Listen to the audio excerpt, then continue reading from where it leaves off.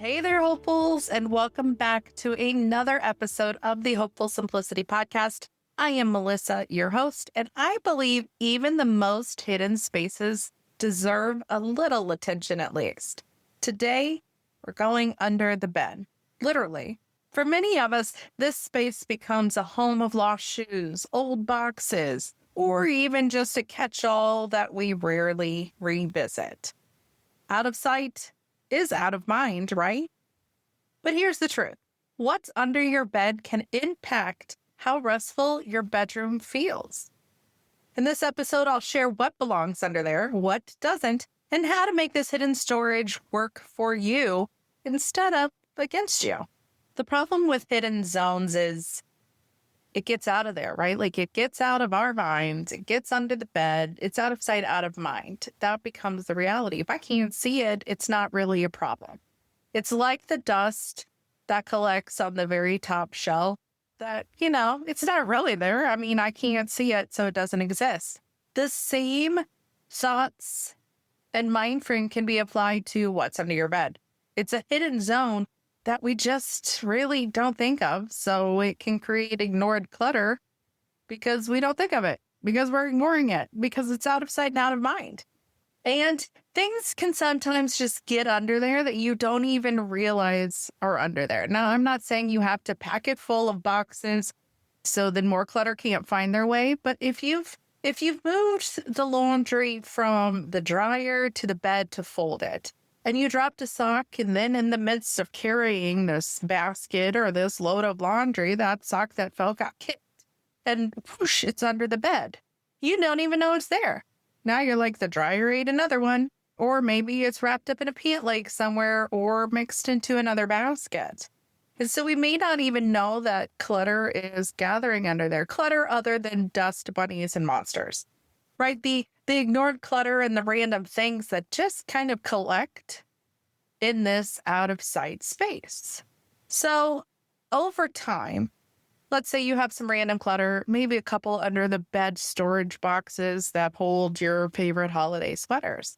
But over time, if that space holds clutter, it also is going to hold dust.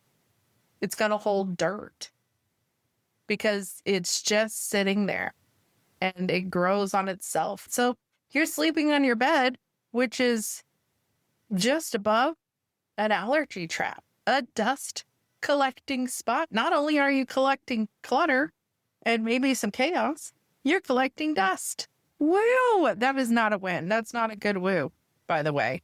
It can block the airflow from the dust even getting through. If you've packed so much stuff under there, or you've packed some stuff under there and then magic clutter appears and hidden clutter appears and things you don't know are under there, now you have no flow of air getting through there. So now you've just got this cesspool of that could be living under your bed.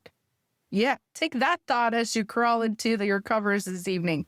Yeah, no, that would creep me out. Don't do that. That was a little creepy. But at the same time, what's really under there, right? Like it's my job as your organizing guide to hold you accountable of what's really under there. And are you gathering crap you don't need under that space without even realizing it and then just trying to sleep soundly above it? No, we're no longer going to accidentally possibly have out of sight clutter collection spaces. We are not going to reframe that into, okay, this is an intentional space that I will be addressing along my organizing journey. We will keep it decluttered. We will keep it calm. We will keep it cleaner-ish. We will do our best to love this space because that is the intent of our bedroom. We want our bedroom to be a sanctuary, and that means all the small spaces, including the hidden one under our bed, need to be an intentional spot that we are aware of, that we are checking in on. So we are reframing it from the clutter, dirt, dust, catch to an intentional space that adds to our peace and calm in the bedroom. Okay? No longer a hidden zone because now we are aware of it and we are going to love it like all the small spaces in our room. So what really belongs under your bed? Everything? No, it's smart storage choices is what we're going to focus on for under the bed. Maybe it's where you keep your under the bed plastic boxes for the season rotational clothes. My holiday gear is under there from Halloween, Thanksgiving, Christmas. My fall to winter holiday stuff is under my bed. It's in a plastic box. So the fun leggings with pumpkins on it to the not so ugly sweaters is under the bed. That's my intentional off-season rotation box. That box gets pulled out and I normally just set it on top of my dresser or near my space, or I can unload it and just swap out like the spring sweaters for the Christmas ones, the capri leggings for the holiday ones, right? You can swap those out. So maybe that's where your seasonal clothes, the rotational spot is there. But then also, if you've got it in a box, be it a big plastic box or one of those vacuum suck bags or the intentional off-season storage space that's dedicated to under the bed, you're intentional about this is the box, this fits here, this is the space dedicated. So I can't have more than this amount of spring clothes or this amount of winter clothes that get swapped.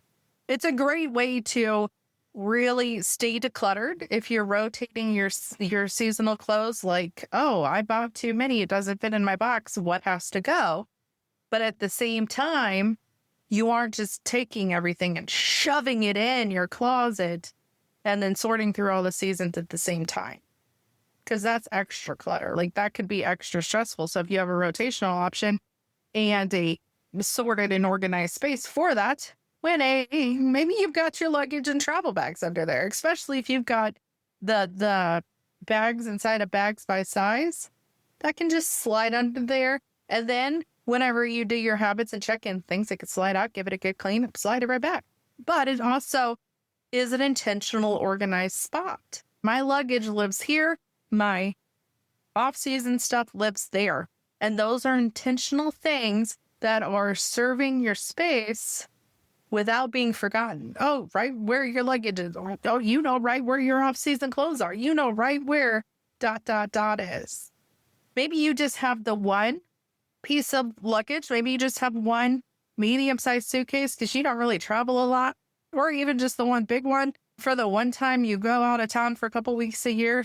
And inside that, maybe that has your extra bedding. Maybe you've got the sheets that fit your bed, that match your colors in your bedroom, live in there. So when you rotate your sheets weekly, monthly, whenever you do it, or rotate your duvet covers, or rotate into your, like, this is my spring blanket. Now I want my big flat, fluffy ones and the heavy ones for winter. The extra bedding can live in there. Especially like if you are only using like seasonal rotation for your bedding. So you've got your flannel duvet versus your lightweight spring waffle print one, right? So maybe the extra bedding lives inside the suitcase or in a different plastic box that can also go under your bed. It's organizing those not everyday grab things and intentionally using the space to serve you best. If your under the bed storage looks more like an expanded junk drawer, let's hit pause for a minute. If you want help decluttering spaces, including under your bed, check out the Hopeful Simplicity Library. I've got audio guidance that walks you through decluttering the various spaces of your bedroom. But we've also got bonuses and resources for members to help you reset your bedroom, to help you declutter your bedroom, and to help you maintain and sustain an organized life in your sanctuary space.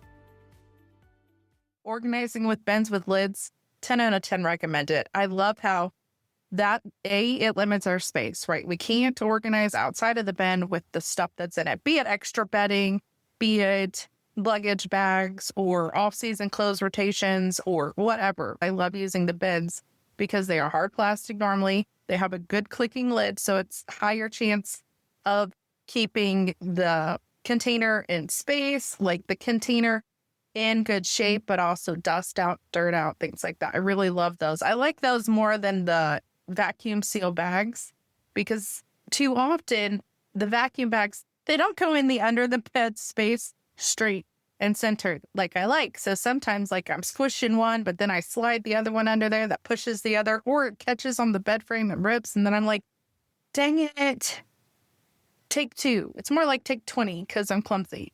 But you know what I'm saying? Like, find what works for you and maximize the space under there with the things. Like, you're not going to put your everyday jeans and t-shirts in a box under your bed because that's not your prime real estate zone. Your closet is, your drawers are.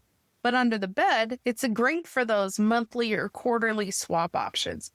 Even if you just do weekly wash changes and you keep your sheets under there, whatever works for you.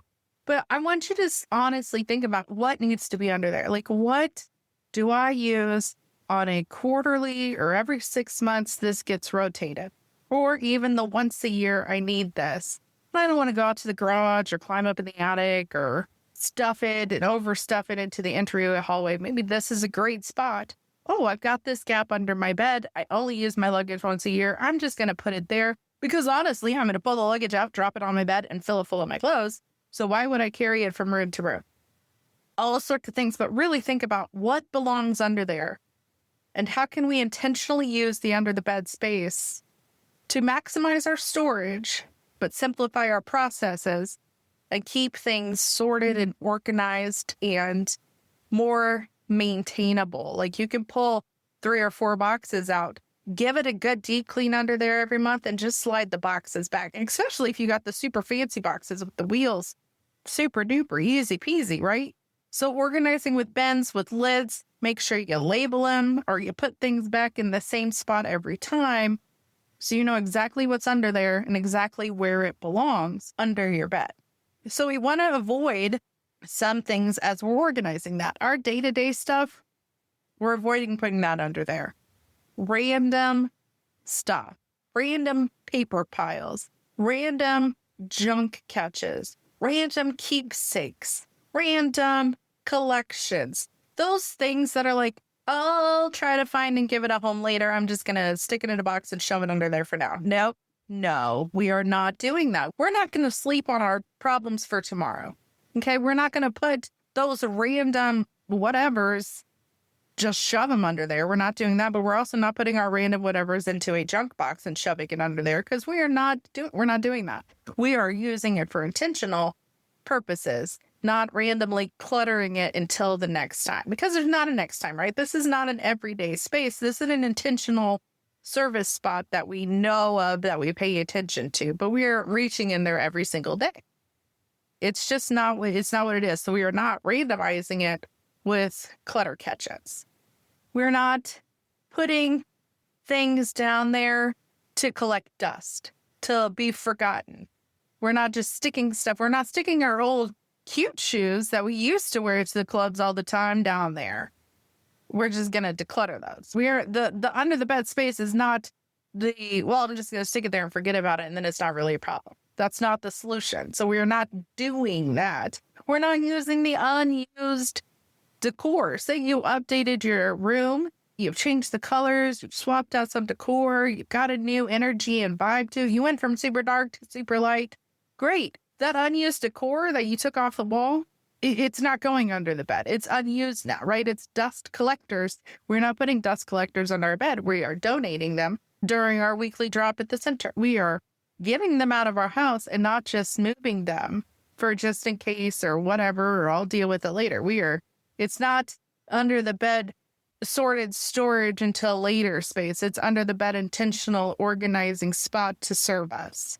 We're also not putting sentimental items there. You're not putting your photo boxes down there. You're not putting random, all my kids' t-shirts from when they played soccer in grade school got in a box and shoved under there. Now, we're not doing that because those are sentimental items that probably deserve accessible storage solutions.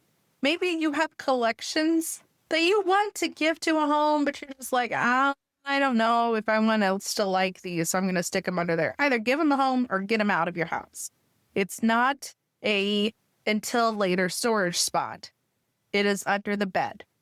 And we are intentionally loving that space, just like all the other small spaces in our bedroom. So we are now reframed with a new mindset. We are loving it. We are not just putting clutter catches down there. We are aware that, this is a space that I have to actively work on, not every day actively, but as I'm doing my weekly or monthly cleaning, dusting, vacuuming, mopping, whatever. That is a space I will now pay attention to. Once a week when I turn on the robot vacuum or vacuum things or move the big furniture once a month to give the floors a good deep clean, the under the bed space is now an intentional part of that. So be it once a week, once a month, whatever that is, maybe every night you just poke your head down there and be like, okay, good, nothing stray, like no random Dobby socks landed under there or nothing got kicked under there. Maybe just you do a daily check to make sure what is supposed to be down there is the only stuff that's down there. And then once a week, you just give it a good vacuum. Or once a month, you pull it out, give it a good clean. And then quarterly, you're probably pulling some of those boxes out, especially if you have that seasonal wear. Quarterly or every 6 months when you're doing a check-in, you're like, oh, you know what? I didn't even rotate my seasonal stuff. Why do I have a box under my bed? Boom. Done. You are now sustaining an organized space because you are decluttering as you are checking in with it, because you are intentionally aware of the space and treating it like it's part of your success, because it is. You're going to limit your categories under there. You're not going to have the random collections. You're not going to have this stack I don't know what to do with under there. You're not going to have the, I'll just put it here for now stuff. You are intentionally limiting the categories that are under your bed so you can maintain it moving forward. And then it's all just this rotational happiness. It's part of your success in your built bedroom, in your more hopeful space, in your sanctuary. It is now part of that. And now you're going to sustain it the way you've set it up to succeed for yourself. Don't forget to label the bins if you need to. If you've got 3 or 4 down there and you're like, wait, did I put this on this side or this side? Just slap a big label on it, even if it's just on the top on the edge so you don't have to pull the container all the way out. If you've got solid colored containers, especially, put a label on it. Make sure that the label slot on the outside of the container actually faces out. So when you're looking on your daily thing, you're randomly going to be like, oh, that's my seasonal clothes. Oh, there's a sock there. What on frick? I'm going to take care of that right now. And you've got the limited categories. You've got the labeled containers. You've got the intentional storage check-in systems. And now this space is no longer a hidden who knows what under there that we just kind of forget about. Now it's a storage solution that serves us and our organized lifestyle. And bonus, this is your bedroom. This is your sanctuary. And now you've got another space that can feed into your less stress living. I want to hit pause and ask you to think just for a second. What's one category living under your bed that does not belong there? Make the commitment to yourself that you're going to pull it out and declutter it this week. The space under your bed doesn't have to be a black hole. By choosing intentional storage, avoiding random clutter, and setting a simple rhythm for check-ins and resets and focused time, you're going to create a hidden zone that actually serves you. It's not a black hole. It's now a hidden zone of success. So next time we're going to be tackling sentimental stuff. I know it pulls on your heartstrings already just thinking about it, but it is one of the trickiest topics when it comes to organizing. And so I'm going to share how to honor your memories without drowning in the clutter and the things. And it's going to be a hard one. It is what it is, and you may have to take bite-sized pieces of it because sentimental items are sentimental and special. So don't forget to grab the Core 4 Declutter Challenge, links in the show notes, for your daily structure and basic feeds of lightening those Core 4 rooms and keeping clutter in check and out of our spaces. Now, if you want more step-by-step guidance, additional resources, and even more support, check out the Hopeful Simplicity Library. It's always open for you. You can access it online, on the app, in the groups, wherever, and it's all for just $9 a month. That's it for today. Until next time, stay hopeful.